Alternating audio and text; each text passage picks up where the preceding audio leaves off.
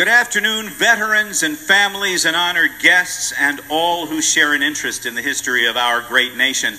Welcome, one and all, to the Arsenal of Democracy World War II Capitol Victory Flyover. The L-16 champ, the Piper L-4, better known as the Piper Cub. Here they come now. Nicknamed grasshoppers and all having a top speed of a blistering 90 to 95 miles an hour. One of the iconic trainers was the Boeing Stearman biplane, an open cockpit aircraft constructed of wood, fabric, and tubular steel. There were more than 24 different variants of the Stearman and more than 10,000 built. Used also by the RCAF, it earned another well-known nickname, the Cadet. Another primary trainer was the Fairchild PT-19, a monoplane that was used by the Army Air Forces, the British Royal Air Force, and the Royal Canadian Air Force. Flight will be coming over the Texans, also used by the Royal Canadian Air Force and the Royal Air Force. They called it the Harvard. It was indeed an aircraft of higher learning. Here come the Texans, the 600 horsepower, 2 flights of 4. Listen to the sound. There were also multi-engine trainers. One was known as the AT-11 Kansan, built by Beechcraft.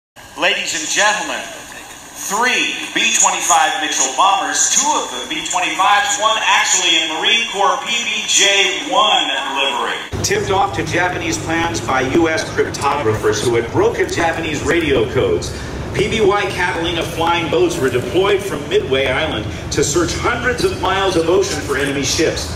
One of them found the Japanese fleet steaming toward Midway and radioed the information to American military planners.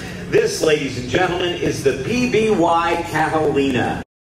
The Wildcat and the Dauntless.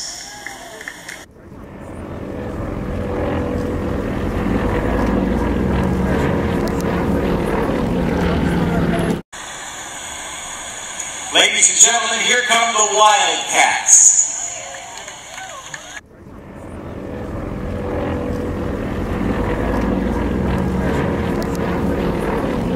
Here comes the fork-tailed devil, the P-38 Lightning, which shot down Yamamoto's plane.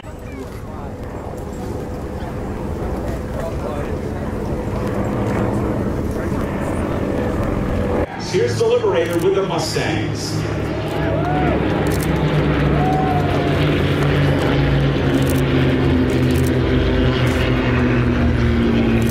The P-51 Mustang long-range fighters had a production total of somewhere in the neighborhood of 15,000, and about 160 are still flyable around the world today.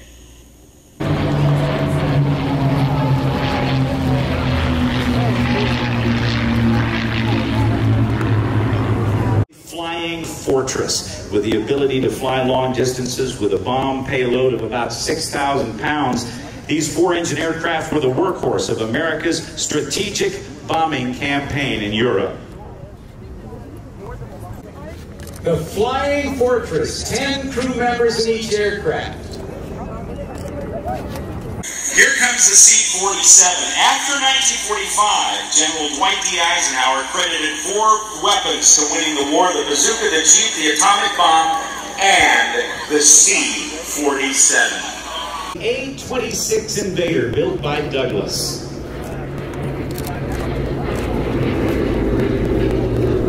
Ladies and gentlemen, here come the 2 TBM Avengers and the Curtiss Helldiver, nicknamed the Big-Tailed Beast.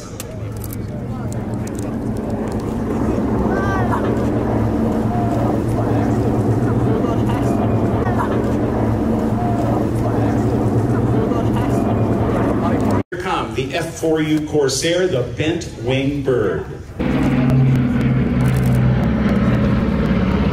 Ladies and gentlemen, here comes the B-29.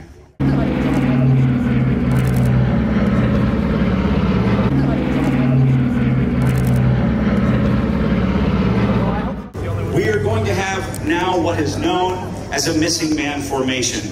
It serves to remind us of those who sacrificed their future for that of our nation. And it's a tradition which dates back to World War II.